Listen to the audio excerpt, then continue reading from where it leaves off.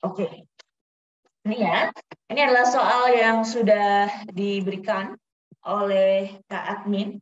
Ya, tadi sudah dibagi oleh Kak Admin soal pertemuan ke-9 materi ringkasan. Dan seperti yang saya sampaikan tadi, walaupun ini materi yang sederhana, tetapi ternyata dia muncul di soal UTBK juga. Salah satunya di soal UTBK tahun 2019.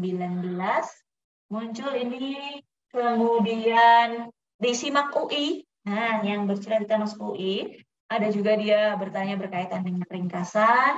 Nih, di soal nomor 3. Kemudian ada lagi nggak? Oh, ini juga beberapa saya ambil dari soal ini. Tryout untuk UTBK. Ya, ada juga soal ujian-ujian kenaikan di tingkat SMA. Ya, kita coba cek sekarang.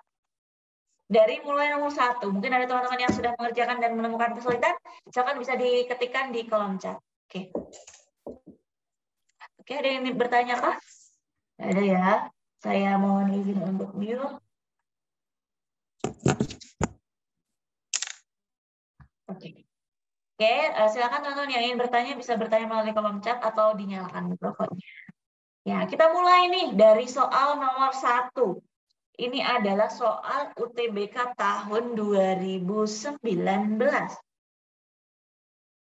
Yang ditanyakan adalah ringkasan yang representatif, ringkasan yang mewakili teks tersebut. Ringkasan yang mewakili yang mana? Oh, kita cek. Kita harus baca terlebih dahulu teks yang disajikan.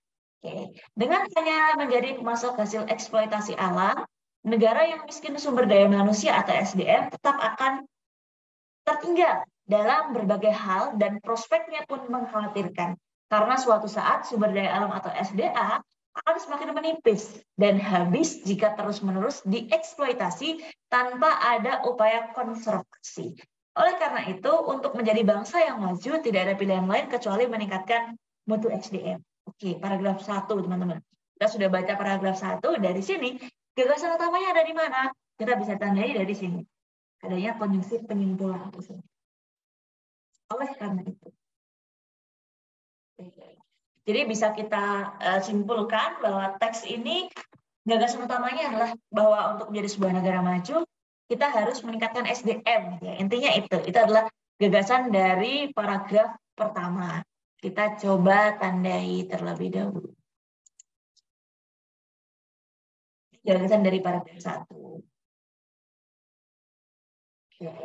Kemudian paragraf 2.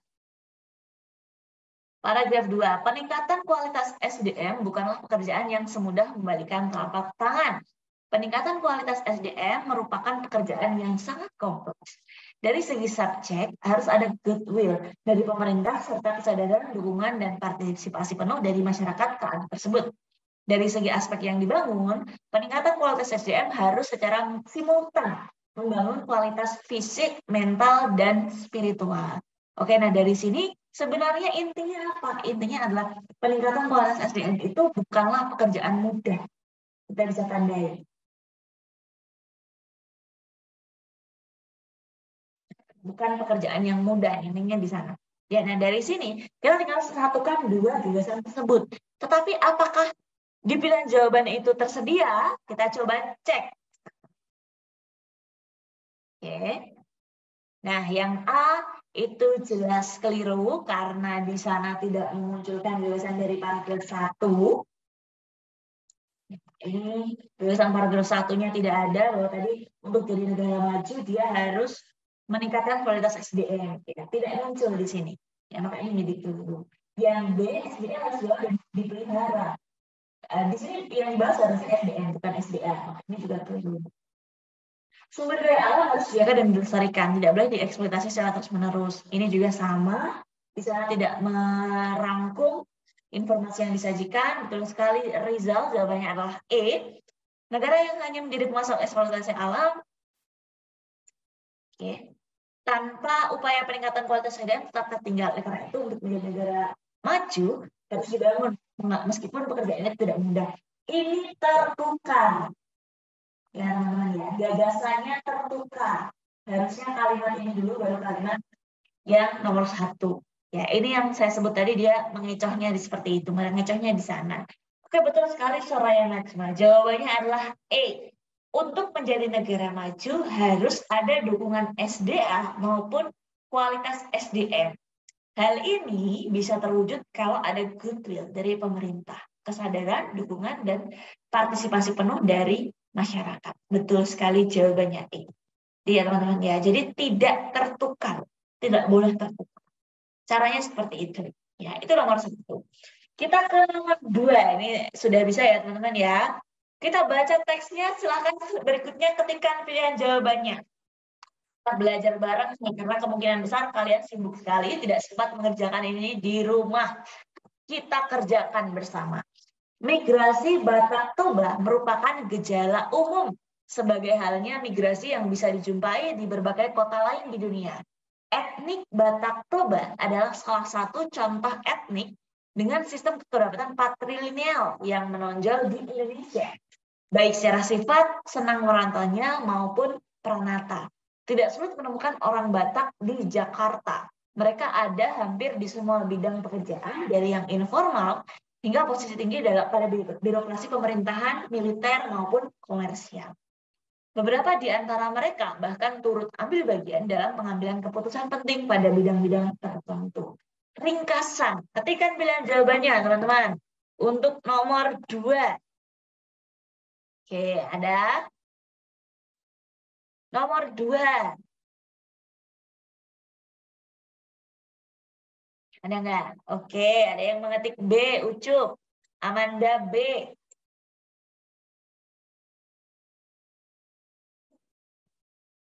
Oke, ada yang jawab D. Soraya menjawab D. Rizal B. Sip. Oke, banyak yang jawab B, Soraya menjawab D. Kita coba cek ya teman-teman ya. Dari teks ini tadi intinya, oke, jawab B banyak sekali. Kalau kita tentukan, misalnya jawabannya adalah A. Etnik Batak Toba paling menonjol. Apakah dia paling? Nah, dalam teks yang disajikan ini, dia hanya mengatakan bahwa ini menonjol, bukan paling menonjol. Maka di sana jelas dari segi kata-kata dia sudah keliru. Ya, dan sehingga mereka, ini bukan alasan juga bahwa mereka jadi turut ambil bagian, ini juga keliru. Yang B, oke, banyak yang jawab B dan D, kita lewati dulu B dan D, kita ke C dulu. Etnik Batak Toba adalah salah satu etnik yang menonjol di Indonesia, sehingga mereka mudah ditemukan di berbagai bidang pendidikan. Tidak hanya pendidikan, maka ini keliru. Ya teman-teman ya. Berikutnya yang E. Batak Toba adalah salah satu etnik yang menonjol di Indonesia. Untuk itu, ini menonjolnya betul. Untuk itu, mereka turut dalam pengambilan keputusan penting. Ini juga kurang sesuai. Bukan hanya pengambilan keputusan saja, ya teman-teman ya, tapi juga di bidang pemerintahan, militer, juga bisa di komersial. Maka si E keliru. Yang D, Batak Toba adalah salah satu suku yang menonjol di Indonesia karena menggunakan sistem kekerabatan patrilineal yang penting dalam pengambilan keputusan. Tidak ada korelasi bahwa sistem kekerabatan patrilineal itu menjadi penting dalam pengambilan keputusan dalam teks tersebut. Ya, berarti D itu menjadi keliru. Ya, teman-teman ya. Nah, jawaban yang tepat adalah etnik Batak Toba adalah salah satu jenis etnik yang menonjol di Indonesia sehingga mereka mudah ditemukan di berbagai bidang pekerjaan. Bisa di pemerintah, militer, komersial, di birokrasi, ya, di pengambilan keputusan-keputusan di banyak bidang. Etnik Batak ini muncul. Teman-teman yang dari Batak mungkin hai.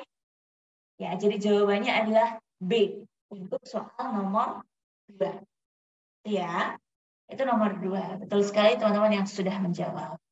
Kemudian, SIMAK UI 2019.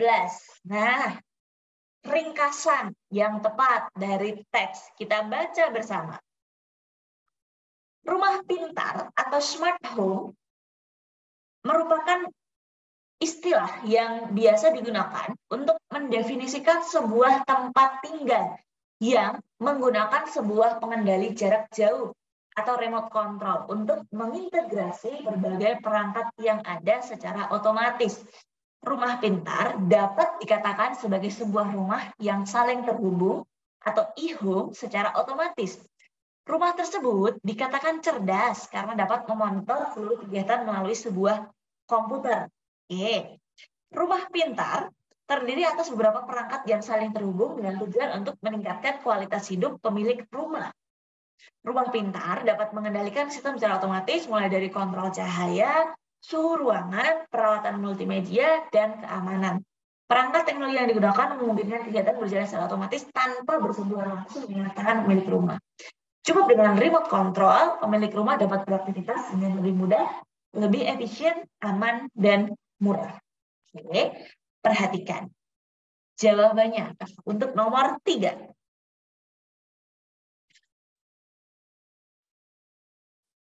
Jawaban nomor 3. Kita tunggu jawaban dari teman-teman. Oke, ada A, B, C, D, E ya. Oke, jawabannya sudah mulai muncul. Silakan bisa diketikkan di kolom chat. Oke, Tiara menjawab B. Oke. Ada lagi yang jawab B.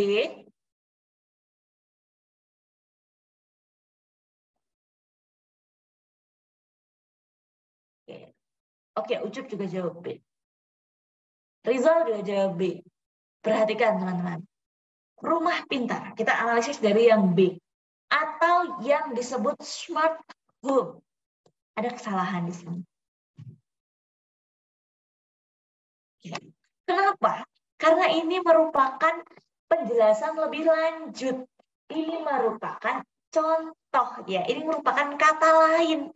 Maka kita bisa hilangkan dia tidak perlu gitu ya, teman-teman ya. Maka si B ini menjadi keliru karena dia tidak memuat intinya. Ternyata ada penjabaran lebih lanjut. Harusnya cukup rumah pintar dengan proyeknya membuat kegiatan rumah melalui komputer. Informasinya seperti itu harus. Ya, itu. Makasih B salah. Tadi ada juga yang tidak jawab apa selain B.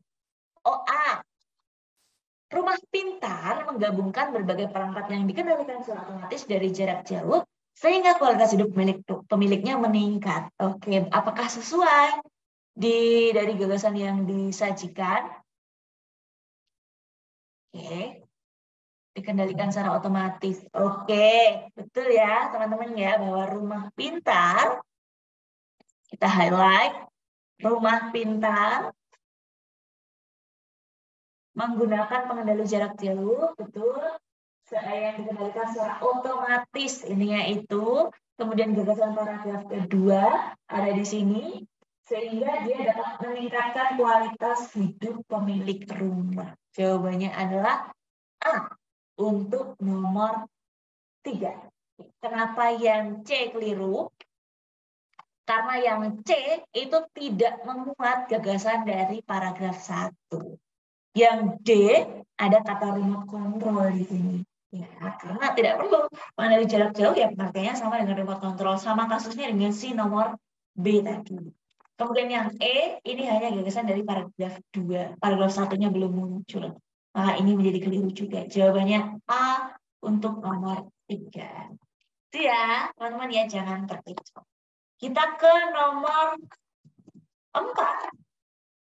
Oke, nomor 4. Siap-siap ya. Silakan diketikkan di kolom chat. Saat ini, umat Islam tengah merayakan Idul Fitri 1 Syawal.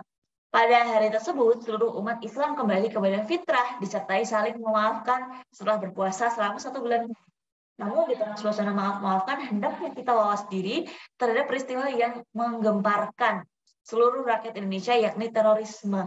Kita boleh bangga dengan tewasnya gembong teroris Nurdin Emtok, tapi kita juga tetap harus waspada terhadap bahaya terorisme. Kapan saja kita harus waspada meskipun dalam suasana Idul Fitri. Apa jawabannya? Silakan diketikkan di kolom chat. Oke. Oke, banyak yang jawab E. Oke, Rizal, Raihan, Amanda, Tiara, dan teman-teman. Kalau yang A, Idul Fitri bagi umat Islam diadakan setiap tanggal 1 Syawal, bukan intinya, bukan ini. Maafkan pada saat Idul Fitri sudah menjadi budaya umat Islam, jelas, tapi ini juga bukan ini. informasinya juga bukan ini. Intinya kita harus waspada, betul. Nah, terhadap bahaya terorisme meskipun dalam suasana Idul Fitri. Jawabannya adalah E untuk nomor 4. Ini saya rasa teman-teman sudah tidak ada kesulitan lagi ya. Sudah bisa semuanya. Kita ke nomor 5. Nomor 5, masih ringkasan. Teknologi CSNOX adalah teknologi penyerap emisi gas buang dengan pemanfaatan air laut. Penyerapan emisi dengan CSNOX diawali dengan memberikan magnet pada air laut yang disedot. Ini berfungsi untuk mematikan organisme-organisme pengganggu dalam air itu. Selanjutnya, sebagian air dialirkan ke bagian penyerapan SO2 dan sebagian lainnya dibuat elektroda aktif. Oke, Soraya menjawab dengan B. Air lalu dinaikkan ke cerobong bagian teratas, kemudian disiram layaknya air terjun pada gas. Dengan proses ini, gas-gas buang diubah menjadi sulfat, sulfur, nitrogen, bikarbonat, karbonat, dan oksigen yang dibutuhkan hewan laut. Oke, ada yang jawab B, ada Soraya, ada Nur Azrina. Kita cek nih. Untuk nomor 5. Ya. Yang A, ya, teknologi penyerap gas buang, nah, mengubah air laut menjadi elektroda aktif sehingga dapat memasukkan sulfat, sulfur. Informasi ini tidak memunculkan CSNOX. Ya, harusnya dia muncul bahwa CSNOX itu apa? Harusnya dia muncul di sana. Ya, yaitu adalah teknologi penyerap emisi gas buang dengan memberikan magnet pada air laut, kemudian melalui proses elektroda aktif mengubah gas buang menjadi zat-zat yang dibutuhkan oleh si hewan laut. Betul sekali, ini memuat ya, memuat informasi yang disajikan dari keseluruhan paragraf yang muncul tersebut. Ya, jadi pertama dia dari kalimat 1 muncul ini, teknologi CSNOX adalah teknologi penyerap emisi gas buang dengan memberikan magnet pada air laut. Oke. Kemudian ada juga muncul elektroda aktif. Oh, ini muncul elektroda aktif di sini di kalimat ketiga, dan melalui proses elektroda aktif mengubah gas buang menjadi zat-zat yang dibutuhkan oleh si hewan laut. Sekian yang dibutuhkan oleh hewan laut. Ini adalah gagasan dari teks tersebut. Ya. Kenapa yang C keliru? Yang C, teknologi CSNOX dan SO2, apakah SO2 di sini muncul? Keliru ya, SO2 di sini adalah prosesnya, kebagian penyerapan SO2. Ini menjadi keliru di sini. Kemudian yang D, ini juga tidak muncul CSNOX-nya, ini juga menjadi tidak tepat. Kemudian yang E, teknologi pengubahan dan pengolahan gas buang dalam air laut melalui proses CSNOX dan SO2 menjadi sulfat, sulfur, nitrogen, oksigen yang mengutamakan penyerapan SO2. Ini juga menjadi keliru karena fungsinya adalah membuat sesuatu yang dibutuhkan oleh hewan laut. Ya, maka di sini sebenarnya informasinya sudah keliru. Ya teman-teman ya, yang B penjelas nggak? Sebenarnya yang poin yang B bisa kita sederhanakan lagi. Bagaimana cara menyederhanakan lagi adalah membuang informasi yang tidak perlu. Mana informasi yang tidak perlu? Misalnya kita coba hapus dulu. Yang B, informasi yang tidak perlu. Pertama, teknologi CSNOX adalah teknologi penyerap emisi gas buang. Cukup sampai sini sebenarnya bisa. Dengan ini sudah penjelasan. Dan melalui proses elektroda aktif mengubah gas buang menjadi zat yang dibutuhkan hewan laut. Ya teman-teman ya, menjadi zat-zat yang berguna. Sebenarnya bisa kita ringkas seperti itu. Jadi selain mencari informasi yang sesuai, bisa juga kita gunakan untuk mencari pernyataan yang sesuai. Mana pernyataan yang paling sesuai dengan teks yang disajikan? Itu adalah opsi yang B. Ya, itu untuk soal nomor 5. Tuh. Kita sambil lanjut ke soal nomor